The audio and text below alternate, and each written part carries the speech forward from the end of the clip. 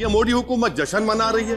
नहीं, 6 दिसंबर के ऊपर कोई जश्न नहीं है। राम मंदिर के निर्माण की जो प्रतिष्ठा हुई है उसको संबोधन कर रहे हैं। मंदिर को तोड़कर मस्जिद नहीं बनाई गई थी। सुप्रीम कोर्ट ने कहा ये। क्या मैं बाबर का स्पोक्स पर्सन हूं? क्या मैं जिना का स्पोक्स पर्सन हूं? क्या मैं औरंगजेब का स्पोक्स पर्सन हूं? अच्छा, बल्कि मैं तो मर्यादा पुरुषोत्तम राम की इज्जत करता हूं। मगर मैं नाथूराम गोडसे से नफरत करता हूं।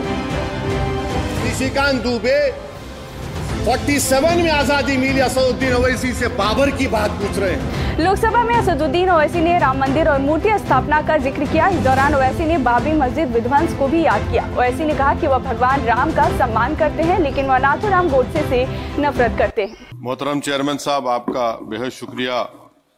मैं इस मोशन की मुखालिफत में खड़ा हुआ हूं। सर, मैं शुरुआत में हबीब जालिब का एक शेर पढ़ना चाहता हूं। आप उर्दू जानते हैं और लॉ मिनिस्टर भी उर्दू जानते हैं। हबीब जालिब ने कहा था कि हुक्मरान हो गए कमीने लोग, खाक में मिल गए नगीने लोग, हर मुहिब वतन जलील हुआ, रात का फासला तवील हुआ, आमिरों के गीत जो गाते रहे वही नामो दाद पाते रहे, रहजनों ने रेजनी की थी, रहबरों ने भी क्या कमी की थी। सर, मैं अभी सुन रहा था हमारे शिंदे ग्रुप के शिवसेना के पार्टी लीडर अपनी तकरीर कह रहे थे।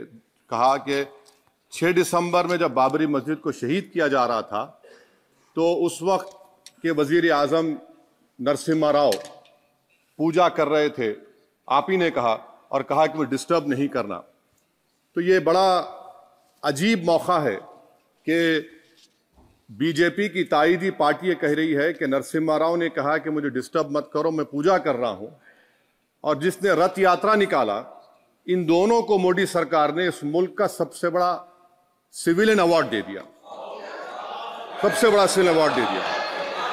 तो ये बताता है कि इंसाफ जिंदा है या जुल्म को बरकरार रखा जा रहा है।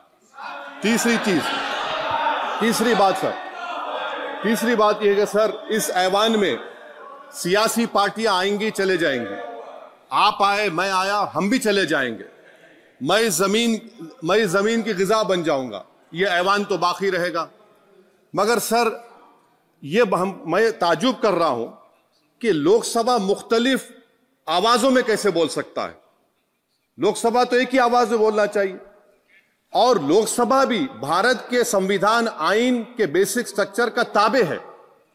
और सर, ये इसलिए कह रहा हूं कि 16 दिसंबर को मैं ले कर देता हूं। 16 दिसंबर 1992 को इसी लोकसभा ने एक रेजोल्यूशन पास किया था।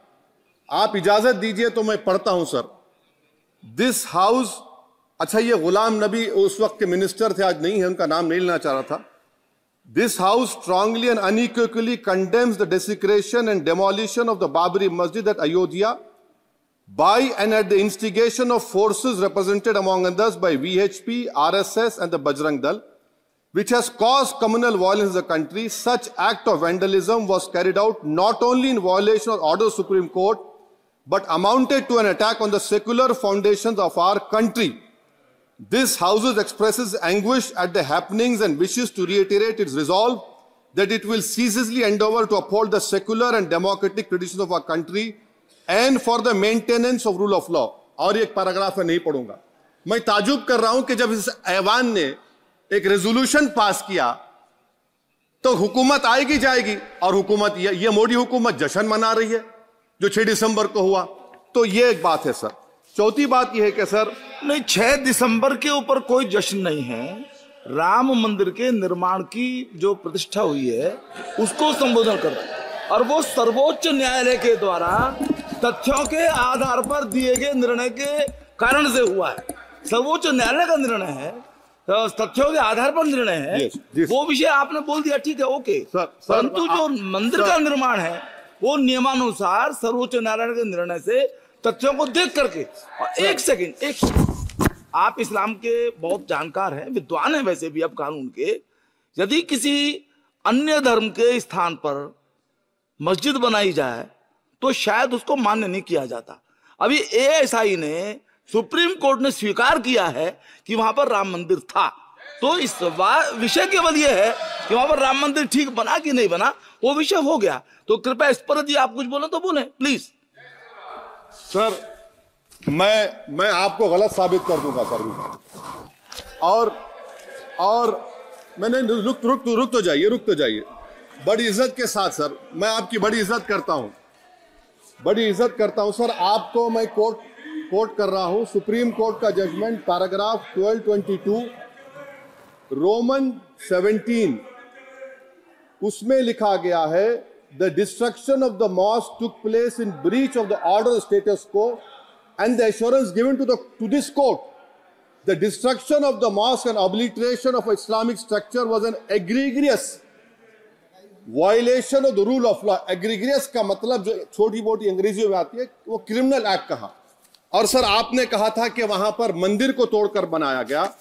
सर मैं आपके सामने ये तमाम चीजें लेकर दूंगा, सुप्रीम कोर्ट के जजमेंट के पैराग्राफ्स हैं जिसमें सुप्रीम कोर्ट ने एएसआई की रिपोर्ट को नकारा। उन्होंने कहा कि मंदिर को तोड़कर मस्जिद नहीं बनाई गई थी। सुप्रीम कोर्ट ने कहा, सुप्रीम कोर्ट ने कहा। अब और मैं रख दूंगा, आप पढ़ लीजिए। अच्छा सर मैं अपनी तकरीर पर आ जाता हूं, सर। तो मैं अपनी बात कर देता हूं सर। तो मैं ये पूछना चाह रहा हूं कि क्या मोदी सरकार एक समुदाय, एक मजहब की सरकार है या पूरे देश के मजाहिब को मानने वालों की सरकार है? जिसको नहीं मानते उनकी सरकार है, हमको बता दीजिए। क्या मोदी सरकार सिर्फ एक फिक्र और नजरिया हिंदुत्व की सरकार है? क्या इस देश का, इस गवर्नमेंट ऑफ इंडिया का कोई मजहब है? इस वतन अजीज सबके मजहब को मानता है। सर मेरा मानना है कि इस देश का कोई मजहब नहीं है। क्या ये सरकार 22 जनवरी का पैगाम देकर यह बताना चाहती है कि एक मजहब को दूसरे मजहब के मानने वालों पर गलबा और कामयाबी मिली? क्या आईन इसकी इजाजत देता है? क्या ये पैगाम आप जब ऐवान से दे रहे हैं तो 17 करोड़ मुसलमानों को आप क्या पैगाम दे रहे हैं, ये मैं आप पर छोड़ता हूं। सर 49 में धोखा हुआ, 86 में धोखा हुआ, 92 में धोखा हुआ, 2019 और 22 में भी इस ऐवान के जरिए हमको धोखा दिया जा रहा है। और अफसोस के साथ कहना पड़ता है सर कि मुस्लिम अक़लियत को हमेशा यह कहा गया कि तुमको भारत के शहरी बरकरार रहने के लिए एक बहुत बड़ी कीमत तुमको चुकानी पड़ेगी, और हम पर इल्जाम लगा दिया गया। सर क्या मैं बाबर का स्पोक्स पर्सन हूं? क्या मैं जिना का स्पोक्स पर्सन हूं? क्या मैं औरंगजेब का स्पोक्स पर्सन हूं? बताइए सर, आखिर मैं कहां तक आप मुझे लेकर जाएंगे? दूसरी बात यह है सर, दूसरी बात यह है कि फिर 6 दिसंबर के बाद देश में फसाद हुआ, नौजवानों को टाडा में डाला गया जो बूढ़े होकर निकले। यकीनन आपकी सरकार नहीं थी, आपकी सरकार नहीं थी। अच्छा बल्कि मैं तो मर्यादा पुरुषोत्तम राम की इज्जत करता हूं, मगर मैं नाथूराम गोडसे से नफरत करता हूं। मेरी नस्लें नफरत करती रहेंगी क्योंकि नाथूराम गोडसे ने उस शख्स को गोली मारी जिसके जबान से आखिरी लफ्ज निकले हे राम। सर छठी बात यह है कि 87 में मलियाना हाशिमपुरा हुआ, 83 में नेल्ली हुआ, 44 में जम्मू में नस्ल कशी हुई, 2022 में हल्दीवानी में कत्ल हुआ। इतने धोखे सबसे बड़े किसको दिए गए? असदुद्दीन ओवैसी को दिए गए। मगर फिर भी मुझसे ही कहा जाता है कि वफादारी को तुम साबित करो अपनी ओवैसी। सर आज भारत के 17 करोड़ मुसलमान अपने आप को अजनबी और एलिनेट महसूस कर रहे हैं। मैं बहुत बड़ी नाइंसाफी होती है, सर ये कोई तारीखी नाइंसाफी को इंसाफ नहीं किया जा रहा है। स्पीकर बल्कि सर, अंग्रेजी में स्पीकर सर केवल एक प्रश्न का जवाब ओवैसी साहब दे दें कि बाबर को वो आक्रमणकारी मानते हैं या नहीं मानते? पुष्पमित्रा संगा को आप क्या मानते हैं? बताओ, पुष्पमित्रा संगा को आप क्या मानते हैं? जम्मू के वो, कश्मीर के वो राजा को क्या मानते हैं? जिसके पास एक फौज थी मंदिरों को तोड़ने के लिए, आप क्या मानते हैं? यही तो मैं कह रहा हूं कि निशिकांत दुबे 47 में आजादी मिली, असदुद्दीन ओवैसी से बाबर की बात पूछ रहे हैं। तुम गांधी की बात पूछते, तुम बोस की बात पूछते, तुम जलियांवाला बाग की बात पूछते, तुम काला पानी में जो मुसलमान शहीद हो गए उनकी बात पूछते, मगर बाबर की बात पूछी जाती है। तो सर, मैं आपको बता रहा था, खामखा डिस्टर्ब किए सर, मुझे मेरा वक्त ले लिए निशिकांत दुबे। सर, मैं आपसे कह रहा था, मोदी हुकूमत ये पैगाम दे रही है भारत के मुसलमानों को कि जान बचाना है या इंसाफ चाहते हो। मैं कह रहा हूं, मैं भीख नहीं मांगूंगा, मैं इस नंगी तासुब को कबूल नहीं करूंगा, मैं दूसरे दर्जे के शहरी के मौक़िफ़ को कबूल नहीं करूंगा, मैं अपनी शनाख्त को नहीं मिटने दूंगा। अब मैं झूठी और दिल फरेब बातों पर हरगिज भरोसा नहीं करूंगा। मैं वो काम नहीं करूंगा जो बीजेपी और नाम निहाद सेकुलर पार्टियां चाहती हैं। मैं वो काम करूंगा जो आपको पसंद नहीं है, संविधान के दायरे में रहकर। सर, कंक्लूजन में मैं आपको बताना चाहता हूं कि आज इस देश को किसकी जरूरत है? इस देश को अयोध्या में, तारीख शायद नहीं पढ़ते होंगे, मौलाना अमीर अली कौन थे? पुजारी बाबा रामचरण दास कौन थे? अयोध्या के पुजारी थे। दोनों ने मिलकर अंग्रेजों के खिलाफ जंग लड़ी थी और दोनों ने, अंग्रेजों ने इनको गिरफ्तार किया और एक पेड़ पर मौलाना अमीर अली को और पुजारी रामचरण दास को फांसी दे दी गई। देश को इनकी जरूरत है। देश को शंभू प्रसाद, अचन खां, ये राजा देवी बख्श सिंह के फौज में थे, अंग्रेजों से मुकाबला किया, मुसलमान की लाश को जला दिया गया और शंभू प्रसाद को दफना दिया गया। इस देश को यह जरूरत है, देश को बाबा मोदी की जरूरत नहीं है। आज भारत को अयोध्या के मौलाना अमीर अली और रामचरण दास, अचन खान, शंभू खान की जरूरत है। सर, मैं अभी सुन रहा था ये नाम निहाद सेकुलर पार्टियों के बयानात को। क्या होता है सर, आप, खत्म कर रहा हूं, क्या होता है सर, जब काजी साहब गवाहों को लेकर दुल्हन के पास जाते कि तुमको निकाह कबूल है, तो दुल्हन शर्मा के खामोश बैठ जाती।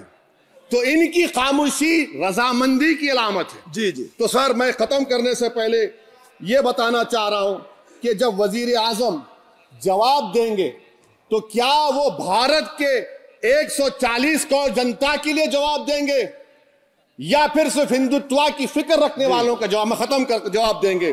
मैं ये देश, दुनिया, मुसलमान देख रहा है। सर, मैं आपको यह भी बताना चाह रहा हूं, आखिर में कंक्लूड कर रहा हूं सर, 1 मिनट चाहिए, 1 मिनट चाहिए सर।